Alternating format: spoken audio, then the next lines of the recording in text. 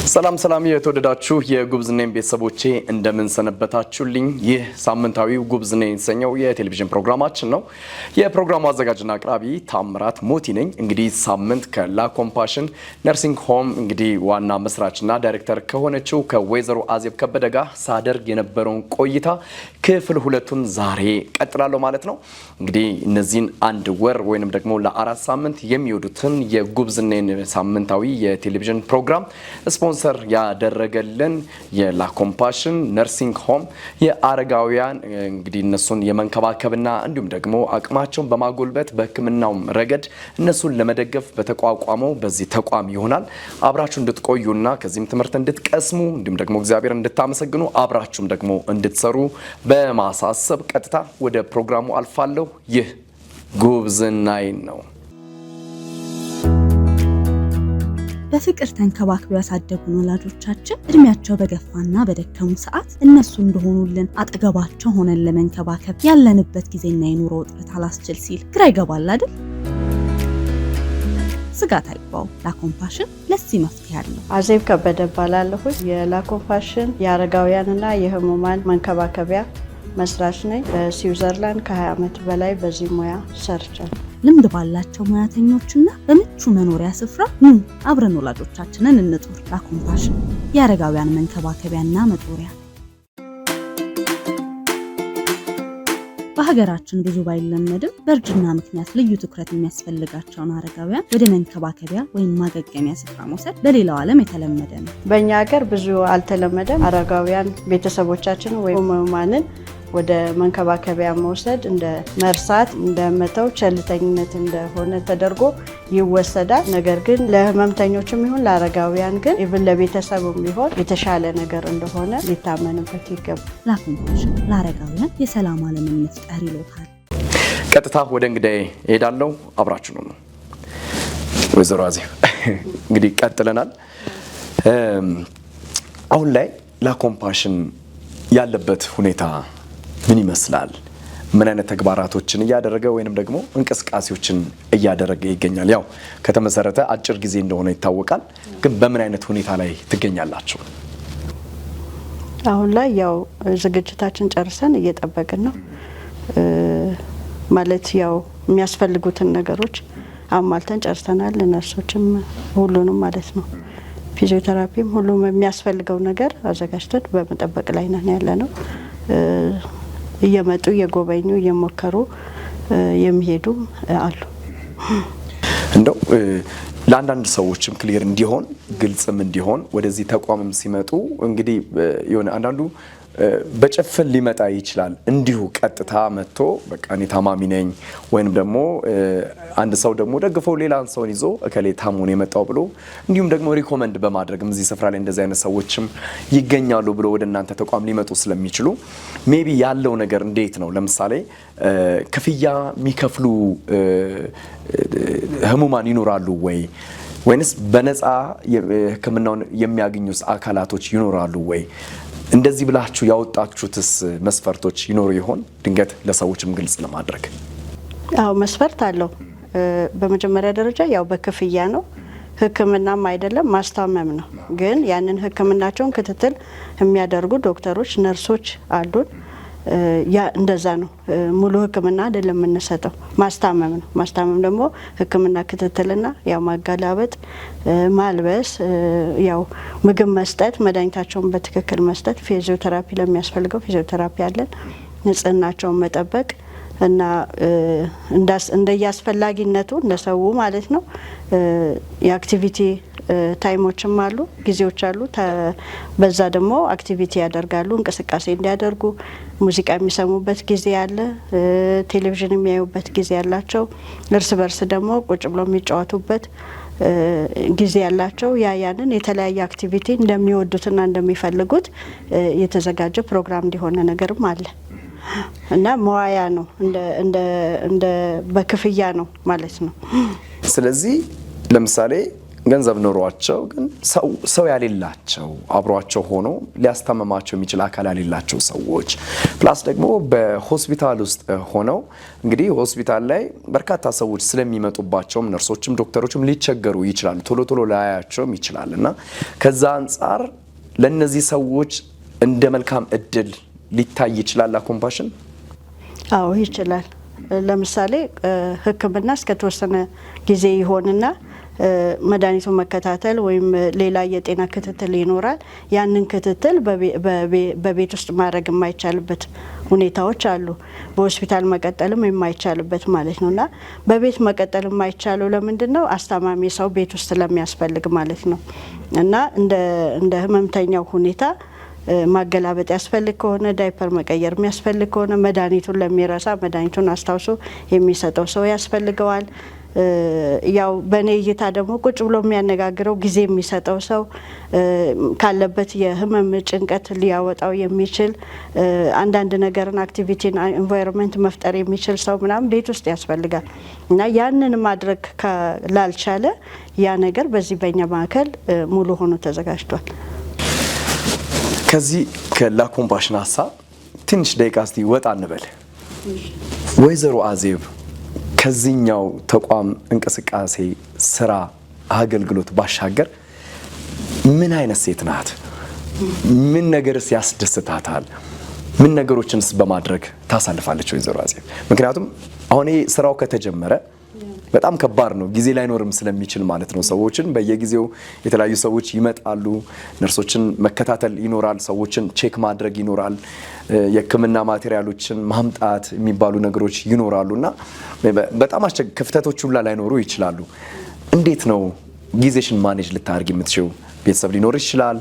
ከዛስ ባሻገር ራሱ ወይዘሮ አዜብ ከዚህ ከረራሄው መንፈስ ባሻገር ምን አይነት ሴት ናት? ብዙ እኔን እንዲህ ነኝ የምለው ነገር የለኝም። በይው ግድ የለሽ። ከሰዎች ጋር ማሳለፍ እወዳለሁ። ከቤተሰብ ጋር ጊዜ መውሰድ እወዳለሁ። ከወዳጆቼ ጋር ማሳለፍ በጣም ደስ ይለኛል። ይሄ ነው፣ ብዙ እንትን የለኝም።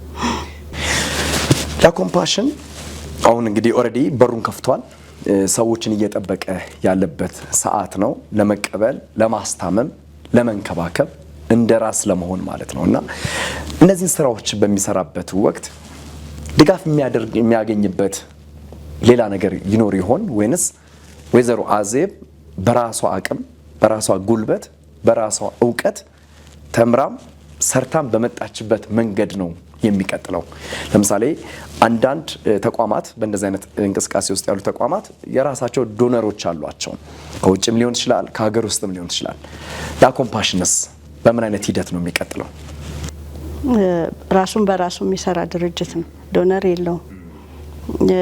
እንዳልኩት የድርጅቱ ዓላማ ወደፊት ያው አረጋውያንን፣ ቤተሰብ ጧሪ የሌላቸውን፣ መውደቂያ የሌላቸውን፣ ጠያቂ የሌላቸውን ለመርዳት ሀሳቡ ልቡ አለ።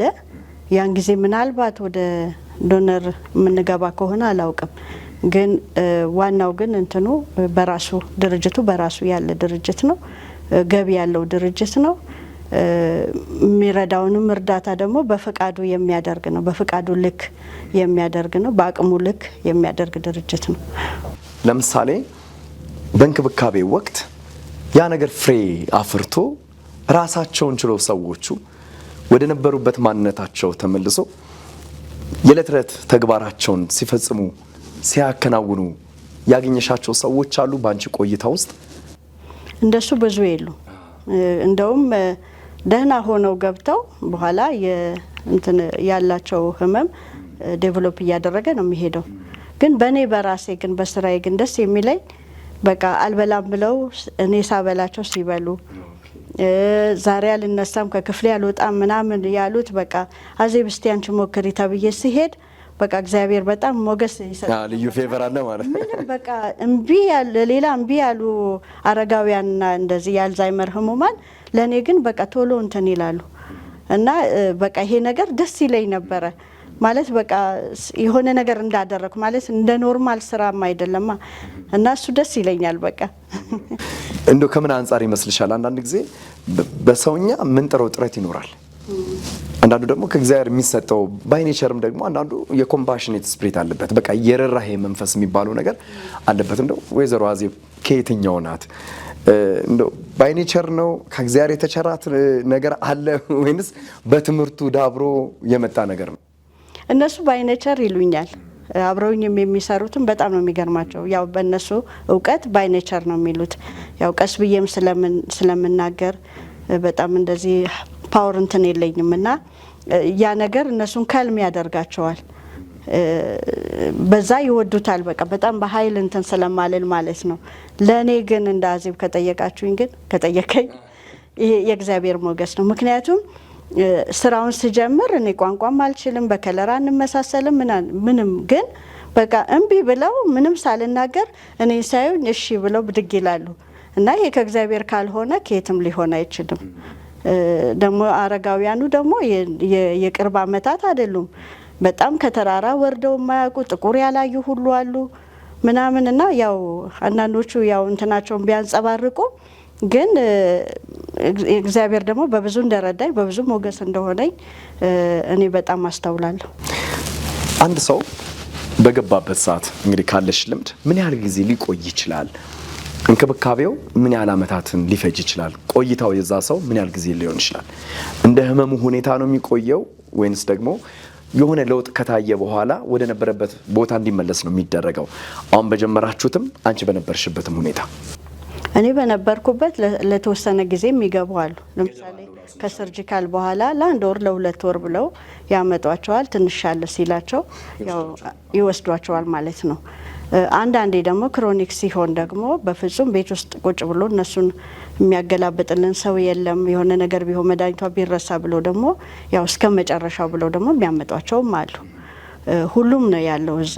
እዚህም ቢሆን እንደዛው ነው የሚሆነው ብዬ አስባለሁ። ሰው በራሱ ጤንነቱን ካገኘ በኋላ ከተመለሰለት በኋላ በግድ ማዕከል እንዲሆን እንጃ ብዙ አይመከርም። ራሱን እስከቻለ ድረስ አደጋ ላይ እስካልጣለ ድረስ ሰው የሚያስታምመው ሰው እስካለ ድረስ ትንሽ ጊዜ አገግሞ ሊመለስ ይችላል። በጣም ከባድ ይሆናል ብዬ የማስበው ግን በተለይ አልጋ የያዙ ህሙማን ግን ብዙ እንክብካቤ ይፈልጋል፣ ማገላበጥ ይፈልጋል፣ ሰውነት መላጥ አለ፣ የተለያየ ነገር ስላለ ያንን እንዴት ነው የማስታምመው ብሎ ያንን ማየት ይፈልጋል ይመስለኛልና ሁለቱም ነው ያለው። ሁለቱም ነው እና ቀንም የሚመጡ ነበሩ። አሁን እኛም ማዕከል እሱን ነው የምናደርግ የምናስበው። ለምሳሌ ቀን ፋሚሊዎች ጠዋት ሁሉም ወጥተው የሚውሉ ከሆነ ልክ እንደ ህጻናት ዴይኬር መዋያ አድርገው ማታ መተው መውሰድ ይችላሉ። እንደሱም አይነት አማራጭ አለን። ስለዚህ ጠዋት ይመጣሉ ይውሉና ምሽት ላይ እነሱ መጣው ማታ ሲመለሱ ይወስዷቸዋል። እንደሱ ለሚፈልግም ያው ራሱን የቻለ ዝግጅት አለው። ላኮምፓሽን ነርሲንግ ሆም ከዚህኛው አረጋውያንን ተቀብሎ ከመንከባከብ ከማቆየት ባሻገር ምን አይነት ተግባራትን ለመስራት ያስባል? እንደ ተቋም ትልቅ ቪዥን ነው ይዘሽ የመጣሽው፣ ትልቅ ራዕይ ነው፣ ለብዙዎችም እረፍት የሚሆን ነው ብዬም አምናለሁና ምን ይታሰባል? ከዚህኛው ስራ ጎን ለጎን ሌላ የሚታሰቡ ነገሮች አሉ ወይ? በወይዘሮ አዜብ አይምሮ ውስጥ የታሰበ ራዕይ ሆኖ ያለ ነገር ምን አለ? በእኔ አይምሮ ያለው ትልቁ ወደፊት እሰራለሁ የምለው አንደኛ የማስታመም አገልግሎትን ያንን እኔ ባካበትኩት ልምድና በዛ ልክ እንትን ስልጠና መስጠት አስባለሁኝ። ምክንያቱም ይሄ ስልጠና የሚጠቅመው ለእኔ ድርጅት ብቻ ሳይሆን በቤት ውስጥ ማስታምማለሁ ለሚል ሰው እንዴት እንደሚያገላብጥ፣ እንዴት ትሪት እንደሚያደርግ፣ እንዴት እንደሚያነጋግር፣ እንዴት ኮሚኒኬት እንደሚያደርግ ያንን ስልጠና እንደው ወደ ማዕከል እንኳን መውሰድ ባይፈልግ አትለየኝ፣ እኔ በቃ እናቴን ከቤቴ እንድትወጣ አልፈልግም ካለ ታዲያ እንዴት ነው የምታስታምመው? በቃ ያንን ነገር በቤት ውስጥ አስታምማለሁ ለሚሉ ደግሞ ስልጠናውን እንዲወስዱ ሀሳቡ አለኝ። ሌላኛው ደግሞ በሰፊው ከእግዚአብሔር ጋር ማስበው የአልዛይመር ማዕከል የአልዛይመር ማገገሚያ ማለት ነው። እሱን አስባለሁኝ። ምክንያቱም አልዛይመር በጣም ኮምፕሊኬ የሆነ ህመም ነው። መድኃኒት ብቻ አይደለም የሚፈልገው፣ ትሪትመንት ይፈልጋል፣ ማስታመም ይፈልጋል። ቅድም እንዳልኩት መረዳት መስማት ይፈልጋል። እንደ እንትናቸው እንደ ሂስትሪያቸው ማስታመም ይፈልጋል። እንደ ማንነታቸው እንደ ባህሪያቸው ማስታመም ይፈልጋል እና በተለይ በአልዛይመር ላይ በሰፊው ሰራለሁ ብዬ አስባለሁ እንደ ጌታ ፍቃድ። ይህ ትልቅ ቪዥን ነው። ጸሎትም የሚያስፈልገው ነገር ነው። ትብብርም የሚያስፈልገው ነገር ነው። እውነት ለመናገር በሀገራችን ውስጥ ይሄኛው እየጎላ የመጣበትም ጊዜም ይመስለኛል። ብዙ በዚህ ጉዳይ ላይ እየተጠቁ ያሉ እየተጎዱ ያሉ ሰዎች አሉና ለዛ የሚሆን እንደ መፍትሄነት ደግሞ የሚሆን ራሱን የቻለ ማዕከል ደግሞ ከተገነባ አንድ የሚያቀል ነገር እንደተገኘ አስባለሁና እግዚአብሔር እንዲረዳሽ እንግዲህ በጸሎታችንም እናግዝሻለን ማለት ነው። እንደው በቤታቸው እንዲሁም ደግሞ በሆስፒታል በዚህ ሙያ ውስጥ ደግሞ ተሰማርተው ያሉ የተለያዩ ነርሶች ይኖራሉ፣ ጤና መኮንኖች ይኖራሉ። ይህን ፕሮግራም የሚከታተሉ በርካታ ሰዎች ስላሉ ማለት ነውና እንደው የምትመክሪያቸውና የምታስተላልፊላቸው መልእክት ካለ ለምሳሌ ሰው በሰውኛ ይሰለቻል፣ ይደክማል። እንኳን የሰውን ሰው ተቀብሎ ማስታመም ያው ምንም እንጀራ ቢሆን ስራም ቢሆን የሚሰለችበት ታይሚንግ አለ፣ የሚደክምበት ታይሚንግ አለ። በቤት ውስጥ እንኳን ሆኖ ወላጆቻቸውን እንኳን ማስታመም የሚደክማቸው ሰዎች አሉ። ምን ማድረግ አለባቸው? ምን ትመክሪያቸዋለሽ? እንደው በዚህ መንገድ ውስጥ እንዳለ ሰው ይህንን ነገር ተሸክሞ ይህን ቀንበር ይዞ እንደመጣ ሰው ለማቅለልም እንደመጣ ሰው በእንደዚህ አይነት መንገድ ውስጥ ስላሉ ነርሶችም ጤና መኮንኖችም በቤታቸውም ለሚያስታሙ ልጆች ሊሆኑ ይችላሉ፣ ሚስት ባሏን ሊሆን ይችላል፣ ባል ሚስቱ ሊሆን ይችላል፣ እናትና አባትን ሊሆን ይችላል፣ ህፃናትን ሊሆን ይችላልና ለሚያስታሙ በምን አይነት መንገድ ማድረግ እንዳለባቸው ምክርሽንና ሀሳብሽን እንደው ብትለግሻቸው ብዬ ነው። በአንዳንድ ቦታዎች ላይ ስልጠና ለመስጠት ሞክሬያለሁ፣ በቮለንቲር ማለት ነው፣ በፍቃደኝነት ይሄንን ሙያ ለማካፈል ሞክሬያለሁ ማለት አይቼዋለሁና ያለውን እንትን ለማየት ለኔም ጥቅም ማለት ነው። እና ያየሁት ነገር ምንድነው አብዛኛውን ጊዜ ሙያው በራሱ ማለት ነው አሁን ወደ ሕክምና ሙያ ስንገባ ማለት ለእንትን ተማረ ወይም ዶክተር ነው ወይም ነርስ መባላችንና ደሞዛችን ብቻ ነው ወይም ያበላል ተብሎ ነው እንጂ በአብዛኛው ልቡ የለም። ይሄ ስራ ልብ ነው መጀመሪያ የሚፈልገው። ማስታመም መውደድ ይፈልጋል፣ ንክኪ መውደድ ይፈልጋል፣ ንግግር መውደድ ይፈልጋል፣ መልስ መስጠት መውደድ ይፈልጋል፣ ርህራሄ ይፈልጋል። በጣም በትልቁ ርህራሄ ይፈልጋል። እና ይሄ መውደዱ ከሌለ በህክምና ላይ ያለ ሰው ረጅም ዓመት ሊሰራ አይችልም። ቢሰራም ወይ ራሱን ይጎዳል ወይ ሌላውን ይጎዳል። ስራው እኮ ይሰራል። የሆነ ሰው እኮ ታክሞ ይወጣል፣ ግን ትክክለኛ ስራ አይሆንም። ትክክለኛ ምንድነው እርካታ የሚሰጥ አይሆንም። እና ያ እንዲሆን መጀመሪያ እኔ ይሄንን ስራ ፈልገዋለሁ ወይ እችላለሁ ወይ ማስታመም። በማስታመም ውስጥ ብዙ የሚያልፍ ነገር አለ። አሁን በዚህ ሀገር ብዙ ባላቅም እኔ በስራ ቦታ በነበርኩበት ሀገር ፋሚሊዎች በጣም ሲጨነቁ ነው አምጥተው የሚሰጡት። ለምን ከአቅማቸው በላይ ሲሆን ነው የሚሰጡት።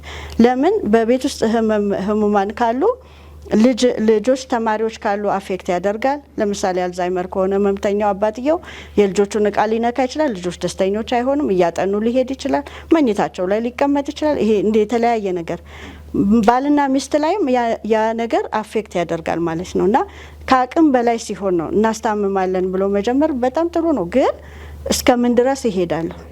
እስከምን ድረስ ነው የኔ ትዕግስት? በቃ እንደ ህመሙ ሁኔታ ዳይፐር መቀየር ይኖራል። ምግብ አልበላም፣ ሊደፋ ይችላል፣ ሊናገር ይችላል። እና እኔ 20 ምናምን አመት ስሰራ ዝም ብሎ አበባ እየተሰጠኝ አይደለም የሰራሁት።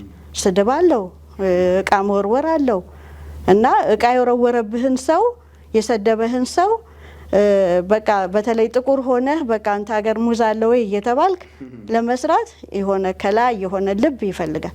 ትክክለኛ ልብ በቃ ሰው ለመርዳት በቃ ያንን አልፈህ የምትረዳበት። እና በቤት ውስጥም ህሙማን ያላቸው ሰዎች እስከምን ድረስ ነው ማስታመመው? እቀበለዋለሁ ወይ ይሄን ነገር? አባት ስለሆነ ብቻ አይደለም። እኔ አሁን አባቴ በህይወት ቢኖር ማስታመም ብችል በገንዘቤ ሊሆን ይችላል፣ በእውቀቴ ሊሆን ይችላል፣ ወይ ሰው በመቅጠር ሊሆን ይችላል። ግን እኔ ራሴ ማስታመም ዳይፐር መቀየር ማልችል ከሆነ 1 ቀን 2 ቀን ላረገው እችላለሁ። እቀጥላለሁ ወይ? እሱስ ኮንፈርት አለ ወይ? አባቴ እኔ ዳይፐር ስቀይርለት ደስተኛ ነው ወይ? እናቴ ገላዋን ሳጥባት ደስተኛ ነች ወይ? ደስተኛ ይሆናሉ? ይሄንን ሁሉ ነው ማየት የሚያስፈልገውና የመጀመሪያውና ዋናው ግን አብሮ በዚህ ስራ ለመቆየት ጥሩ ልብ ያስፈልጋል። ቅን የሆነ ልብ ያስፈልጋል። ርህራሄ ያስፈልጋል። እናቴ ብትሆን አባቴ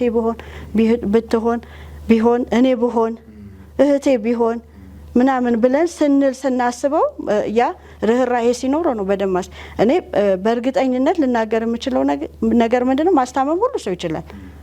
ግን ትክክለኛ ማስታመም ነው ወይ? በቃ ያ ሰው ደስተኛ ነው ወይ? እኔስ ደስተኛ ነው ወይ ነኝ ወይ? ያንን ማየት ይፈልጋል ብዬ አምናለሁኝ። ያ ነው በቃ ሙሉ ማስታመም የሚያሰኘው። ትልቅ ሀሳብ ነው ወይዘሮ አዜብ። አሁን እየጎደለን እየተሆነው የመጣ ነው ነገር ቢኖር የሰውን ሸክም እንደ ራስ ሸክም አለማየት። እዛ ጋር ያለችዋ ሴትዮ የኔስ እናት ብትሆን ብሎ ማሰብን መተው ይመስለኛል አሁን እያለ ያለው። ምክንያቱም ይሄ ትልቅ ቀንበርን መሸከም ስለሆነ ጸጋን ይፈልጋል፣ ራስን መስጠትን ይፈልጋል፣ ትዕግስትን ይፈልጋል። እና በጣም አንቺ ብርቱ ሴት ነሽ፣ በጣም ጠንካራ ሴት ነሽ። እግዚአብሔር ይባርክሽ በዚህ ነገር ውስጥ ስላለሽ። እንደው ወደ ማጠቃለያ እየመጣን ነው። ላኮምፓሽን ነርሲንግ ሆም እንደው ከተለያዩ አካላት የሚፈልጋቸው ነገሮች ይኖሩ ይሆን ወይ? ኔትወርክድ ከመሆን አንጻር እንግዲህ ቅድምም እንደገለጽሽልኝ ስልጠናዎችን የመስጠት ማዕከላትን የመገንባት ነገሮች እንግዲህ ታሳቢ እየተደረጉ አሉና ከዚህ አንጻር ከመንግስት ሊሆን ይችላል፣ ከጤና ተቋማት ሊሆን ይችላል፣ ከሃይማኖት ተቋማት ሊሆን ይችላል፣ እንደ ቤተ ክርስቲያንም እንደ ማህበረሰብም እንደ ግለሰብም ላኮምፓሽን ነርሲንግ ሆም የሚጠብቀው ነገር ምን አለ? ለምሳሌ አብሮ ከመስራትም ሊሆን ይችላል፣ ከድጋፍም አንጻር ሊሆን ይችላል። የሚታሰብ ነገር ይኖር ይሆን? ወይንም ደግሞ የምትገልጨው ሀሳብና እንዲህ የምትዩ ነገር ካለ በሩ ክፍት ስለሆነ። ኦኬ፣ ድጋፍ ያው ሰው ይዞ ማንኛውም አካል ይዞ የሚመጣውን ድጋፍ ተነጋግሮ ቁጭ ብሎ ድጋፍ ግድ ነው፣ ያስፈልጋል። ይህ ሀገር በጣም ድጋፍ ይፈልጋል። በተለያዩ ተቋማት ይሁን በመንግስት ይሁን ድጋፍ ይፈልጋል። በተለይ ደግሞ እኔ ይዤ የመጣሁት ሀሳብ አዲስ ስለሆነ ማለት ነው። አዲስ ስለሆነ አሁን ሰው ማስታመም ስልጠና ሲባል ቀላል ሊመስለው ይችላል እና ያንን የሚፈልግ ሰው ተጠቃሚ የሆነ ሰው ነው የሚያውቀው። ሐኪምም እኮ ማስታመም ላይችል ይችላል።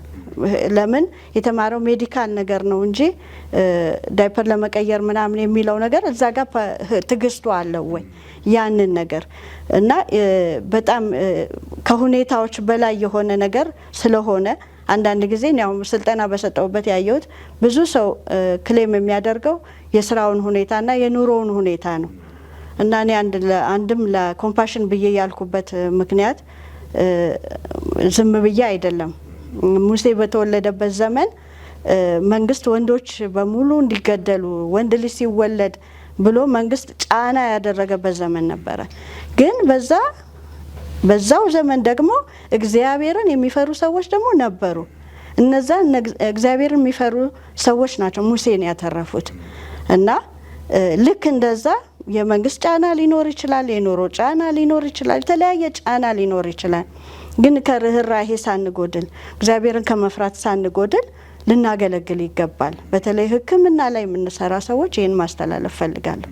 ሌላው ያው ወደፊት ለምናስበው ተቋም መንግስት አካላትም ቢሆኑ ወይም የሃይማኖት ተቋማት በዚህ ነገር ላይ ብንሰራ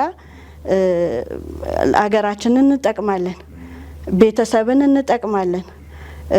እኔ አንድ ቦታ ላይ ሰው ከስልጠና ቦታ ይዞኝ ሄጄ አይቼ ነበር። በጣም ነው ያዘንኩት። ይሄንን የምናገረው ለምክንያት ነው። ልጅቷ ባልና ሚስት ይሰራሉ፣ ልጆች አላቸው፣ ትምህርት ቤት ይውላሉ እና የዛ ፋሚሊ እናት ቤት ውስጥ በአልዛይመር በሽታ የተጠቃች ነበረች እና በቃ ምክርና አንዳንድ ሀሳብ እንድሰጣት ነው። ጠቀማት፣ እግዚአብሔር ይመስገን፣ ደስ ብሎኛል። ግን እንደሷ አይነት ሰዎች ብዙ ይኖራሉ።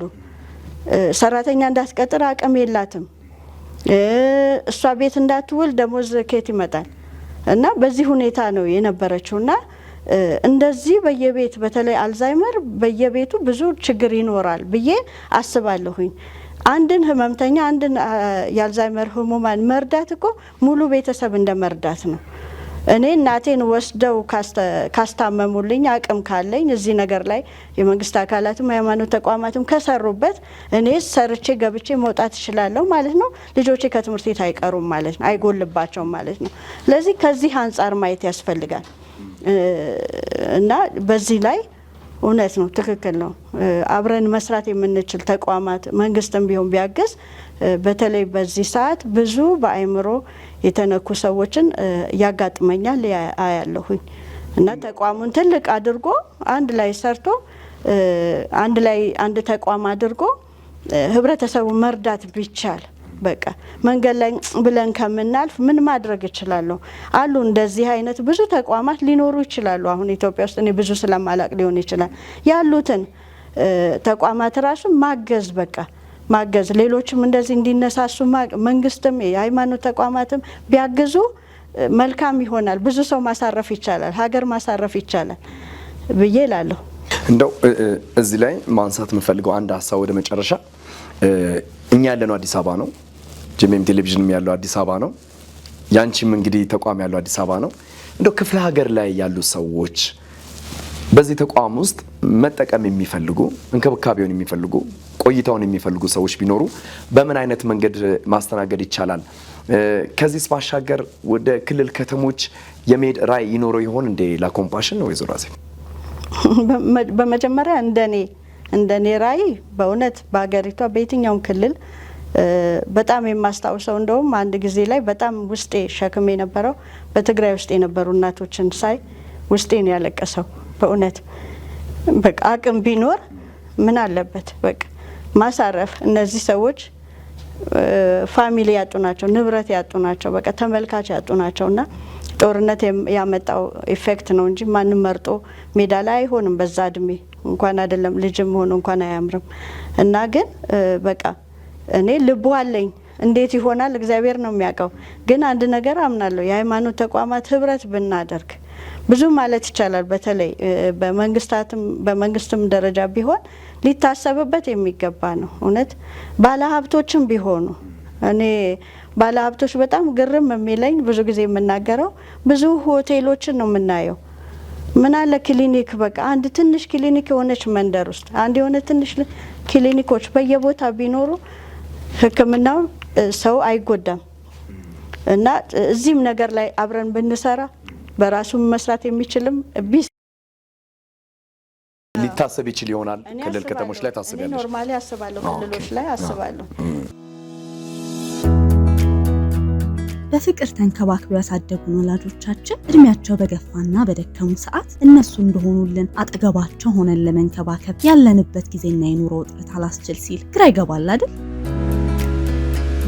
ስጋት አይግባው፣ ላኮምፓሽን ለዚህ መፍትሄ አለው። አዜብ ከበደ እባላለሁ። የላኮምፓሽን የአረጋውያንና የህሙማን መንከባከቢያ መስራች ነኝ። በስዊዘርላንድ ከ20 ዓመት በላይ በዚህ ሙያ ሰርቻለሁ። ልምድ ባላቸው ሙያተኞችና በምቹ መኖሪያ ስፍራ ኑ አብረን ወላጆቻችንን እንጡር። ላኮምፓሽን የአረጋውያን መንከባከቢያና መጦሪያ። በሀገራችን ብዙ ባይለመድም በእርጅና ምክንያት ልዩ ትኩረት የሚያስፈልጋቸውን አረጋውያን ወደ መንከባከቢያ ወይም ማገገሚያ ስፍራ መውሰድ በሌላው ዓለም የተለመደ ነው። በእኛ ሀገር ብዙ አልተለመደም። አረጋውያን ቤተሰቦቻችንን ወይም ህሙማንን ወደ መንከባከቢያ መውሰድ እንደ መርሳት፣ እንደ መተው፣ ቸልተኝነት እንደሆነ ተደርጎ ይወሰዳል። ነገር ግን ለህመምተኞችም ይሁን ለአረጋውያን ግን ኢቭን ለቤተሰቡም ቢሆን የተሻለ ነገር እንደሆነ ሊታመንበት ይገባል። ላኮምፓሽን ለአረጋውያን የሰላም ዓለምን መፍጠር ይሎታል። ጊዜሽን ሰጥተሽ ለሁለት ሳምንት ደግሞ እንደዚህ የመሰለ መልካም ቆይታ እንድናደርግ ስለፈቀድሽ እግዚአብሔር አምላክ ዘመንሽን ይባርክ። እንዲሁም ደግሞ የጉብዝናዬን የቴሌቪዥን ሳምንታዊ ፕሮግራም እንግዲህ ለአራት ተከታታይ ሳምንት ይህ ተቋም ደግሞ ስፖንሰር በማድረግ ሰዎች አዌርነስ እንዲኖራቸው ፍቃድሽን ስለሰጠሽ በድጋሚ እግዚአብሔር ያክብርልኝ ማለት እፈልጋለሁ። ቴንክ ዩ። የተወደዳችሁ የጉብዝናዬን ቤተሰቦቼ እንግዲህ ከላኮምፓሽን ነርሲንግ ሆም ራዕይ ተቀባይ ወይንም ደግሞ መሪና ዳይሬክተር ከሆነችው ከወይዘሮ አዜብ ከበደ ጋር ለሁለት ሳምንት ሳደርገው የነበረውን ቆይታ በዚህ አጠናቀቅ ያለው ላ ኮምፓሽን ነርሲንግ ሆም እንግዲህ አረጋውያንን በተለይ ደግሞ በተለያየ የህመም ነገር ውስጥ ያሉትን እነሱን በማቆየት እንዲሁም ደግሞ በመንከባከብ ትልቅ ስራዎችን ሊሰራ ተነስቶና ተዘጋጅቶ ያለ ትልቅ ተቋም ነው። በዚህ ተቋም ውስጥ ደግሞ መጠቀም የምትፈልጉ አካላት ከስክሪኑ በታች ስልክ ቁጥራቸውን አስቀምጥላችኋለሁ። ኮንታክት በማድረግ እንግዲህ ወይዘሮ አዜብን በማግኘት ማውራት ትችላላችሁ፣ መረጃ ማግኘት ትችላላችሁ ማለት ነው። ሳምንት ደግሞ ከሌላ እንግዳ ጋር ጠብቃችኋለሁ። ታምራት ሞቲ ነኝ። እስከ ሳምንት መልካም ሳምንት ይሁንላችሁ። ይህ ጉብዝናዬ ነው።